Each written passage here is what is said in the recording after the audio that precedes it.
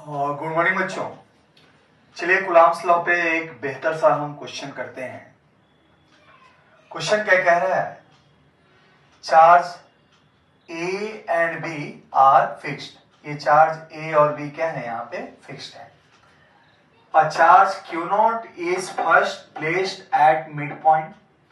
पहली बार में क्यू नॉट जो तीसरा चार्ज है उसको इन दो चार्जेस के बीच में हम रखते हैं and it is displaced by a small distance along AB।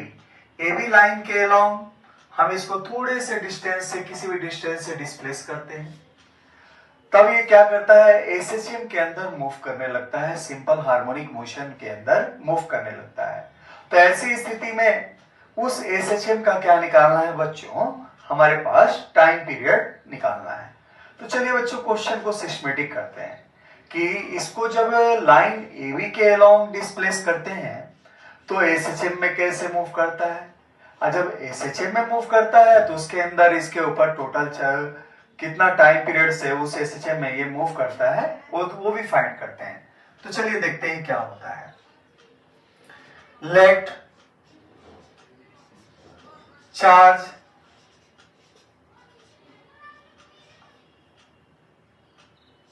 at P is displaced by amount x from P to P dash. मान लीजिए ये जो चार्ज Q नॉट है इसको हम P से P डैश तक डिस्प्लेस कर देते हैं। अच्छा, कितने अमाउंट से मैं बात कर रहा हूं? एक्स अमाउंट से। अब जब हम इसको एक्स अमाउंट से यहां डिस्प्लेस कर देंगे तो इस पॉइंट पे इस पे दो फोर्सेज लगेंगे बच्चों। एक ए लगाएगा, तो मान लो फोर्स बाय ए को डिनोट किया हमने एफ ए से। अच्छा, एक फोर्स क्या लगाएगा बच्चों? तो एक बी लगाएगा, वो इधर लगाएगा। कितने अमाउंट से? तो मान लो ये एफ बी अमाउंट से इधर एग्जर्ट किया। अच्छा, फोर्सेज वेक्टर है तो इनको साइन के साथ जब हमने रखने की कोशिश की तो मान लो इस डायरेक्शन को हमने क्या लिया? पॉजिटिव, और इस डायरेक्शन को हमने क्या लिया? नेगेटिव। अर्थात किस डायरेक्शन में फोर्स को पॉजिटिव मानेंगे और इधर क्या मानेंगे बच्चों? नेगेटिव मानेंगे।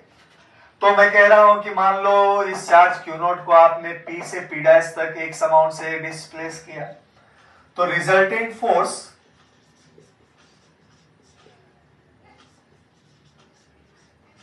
Eight P dash, P dash पे इस पे रिजल्टेंट फोर्स क्या लगेगा? तो देखते हैं एफ रिजल्टेंट फोर्स की वैल्यू। तो वहां पे फोर्स लगेगा एक बाई ए और एक फोर्स क्या लगेगा बच्चों? By B. अब देखते हैं कितना लगता है।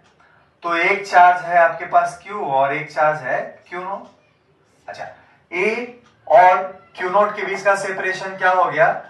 तो ये वाली सेपरेशन हो जाएगी डी बाई टू, तो D by two plus x हो जाएगा, D by two plus X का होल स्क्वायर। अच्छा, अब ये फोर्स की डायरेक्शन क्या है? तो एफ ए की डायरेक्शन इधर है, इधर हमने क्या रखा है? पॉजिटिव रखा है। अच्छा, दूसरा जो फोर्स लगेगा एफ बी वो नेगेटिव लेंगे क्योंकि इस डायरेक्शन की फोर्स को नेगेटिव लेना है। अमाउंट के बी पे चार्ज क्यू है और दूसरा चार्ज क्यू नॉट है। सेपरेशन क्या है? तो सेपरेशन हो गया D by two minus X का होल स्क्वायर। अब देखते हैं बच्चों, अब आगे चलते हैं। तो रिजल्टेंट फोर्स की वैल्यू क्या मिली? ये मिली के क्यू क्यू नॉट कॉमन ले लिया हमने, के क्यू क्यू नॉट को हमने कॉमन लिया। अच्छा, एक जो डिस्टेंस आई one by D plus two का D by two plus X का होल स्क्वायर, और दूसरा आया one upon D minus X by sorry D by two minus X का होल स्क्वायर। अच्छा, फिर से इसको आगे सॉल्व किया हमने तो क्या दिया? ये के क्यू क्यू नॉट, अब ये ऊपर जाएगा तो हो जाएगा D by four plus x square minus D x हो जाएगा। अच्छा, ये जब ऊपर जाएगा तो हो जाएगा माइनस डी² माइनस एक्स स्क्वायर, और ये हो जाएगा माइनस डी एक्स। अच्छा, अब अमाउंट क्या आएगी, ये कटेगा, ये कटेगा, ये कटेगा, ये कैंसिल आउट होगा, ये कैंसिल आउट होगा, और ये क्या हो जाएगा माइनस 2k⁴ dx। तो रिजल्टेंट फोर्स की वैल्यू हमारे पास इतनी आ जाएगी जब इसको हम यहां से यहां डिस्प्लेस करेंगे। अच्छा, अब यहां पे देखिए बच्चों, आप लोग जो पॉइंट P है इक्विलिब्रियम की पॉइंट है, क्योंकि चार्ज Q0 को यहां पे रखेंगे तो शुरू में यहां पे इस पे लगने वाला टोटल फोर्स क्या है, 0। तो किसी भी ऑसिलेशन में ऐसा पॉइंट जहां पे लगने वाला टोटल फोर्स होता है वो क्या होता है बच्चों, इक्विलिब्रियम की पॉइंट होती है। ये पॉइंट क्या है बच्चों, इक्विलिब्रियम की पॉइंट है, पॉइंट ऑफ इक्विलिब्रियम क्वेश्चन में। अच्छा, इक्विलिब्रियम पॉइंट से जब आपने x डिस्टेंस से डिस्प्लेस किया तो लगने वाला रिजल्टेंट फोर्स ये आया। तो यहां पे क्या है, 2 कांस्टेंट है, k इलेक्ट्रोस्टैटिक कांस्टेंट है, q कांस्टेंट है, q0 कांस्टेंट है, d कांस्टेंट है। तो हमारे पास क्या मिला बच्चों, f r की वैल्यू नेगेटिव ऑफ x के प्रोपोर्शनल हो गया। अच्छा, किसी भी ऑसिलेशन में जब रिजल्टेंट फोर्स इक्विलिब्रियम पॉइंट के रिस्पेक्ट में नेगेटिव ऑफ डिस्प्लेसमेंट के प्रोपोर्शनल होता है तो क्या होगा, मोशन SHM में होगा। Therefore motion is SHM with force constant. Force constant की वैल्यू इस SHM में क्या आएगी, तो मान लो k0, और यहां पे k0 क्या होगा, तो x के साथ जो भी कोएफिशिएंट है पूरा का पूरा k0 की तरह काम करेगा। तो ये हो जाएगा SHM का 2kq into q0 into D. ये हमारा SHM का क्या हो गया, फोर्स कांस्टेंट हो गया। अच्छा, इसकी वैल्यू किससे जुड़ी होगी, तो एंगुलर फ्रीक्वेंसी ऑफ SHM से। कैसे, तो मान लिया जाए m ओमेगा स्क्वायर है, तो यहां से हमें क्या मिल जाएगा बच्चों, ओमेगा की वैल्यू।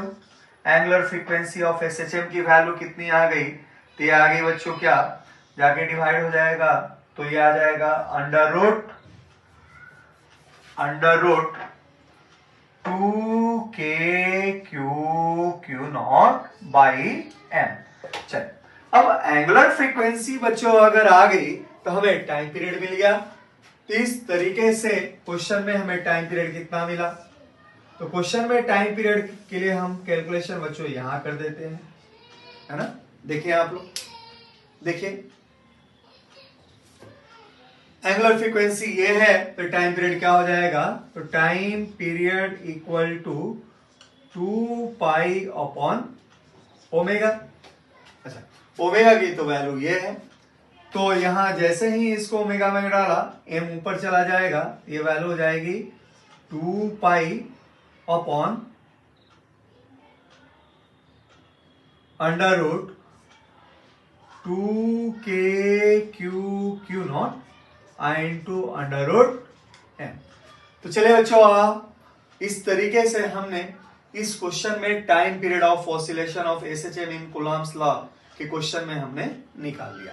तो ऐसे जितने भी क्वेश्चन मिलेंगे जिसमें टाइम पीरियड ऑफ SHM निकालना हो, तो पहले तो आप हमेशा सर्च कीजिए क्वेश्चन में कि इक्विलिब्रियम पॉइंट SHM में।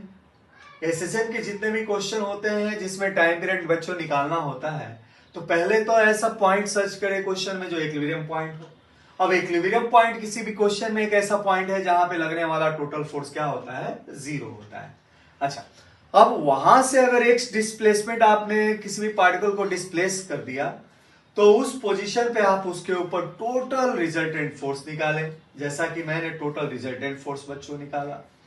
अगर total resultant force equilibrium point से डिस्प्लेसमेंट के नेगेटिव के प्रोपोर्शनल है, तो वो डिस्प्लेसमेंट किस प्रकार का मोशन प्रोवाइड करेगा, तो वो SHM का मोशन प्रोवाइड करेगा, और वहां जो प्रोपोर्शनलिटी कांस्टेंट आने वाला है इस प्रकार का, उसको हम कहेंगे फोर्स कांस्टेंट। और फोर्स कांस्टेंट की वैल्यू डायरेक्ट एसएचएम के एंगुलर फ्रीक्वेंसी के साथ और मास ऑफ द पार्टिकल के साथ ऐसे जुड़ जाएगा, k not equal to m omega square. और यहां से ओमेगा फाइंड कर लेंगे उस एसएचएम के एंगुलर फ्रीक्वेंसी, जिसके बाद टाइम पीरियड हम इस तरीके से किसी भी प्रकार के एसएचएम वाले क्वेश्चन में हम निकाल सकते हैं।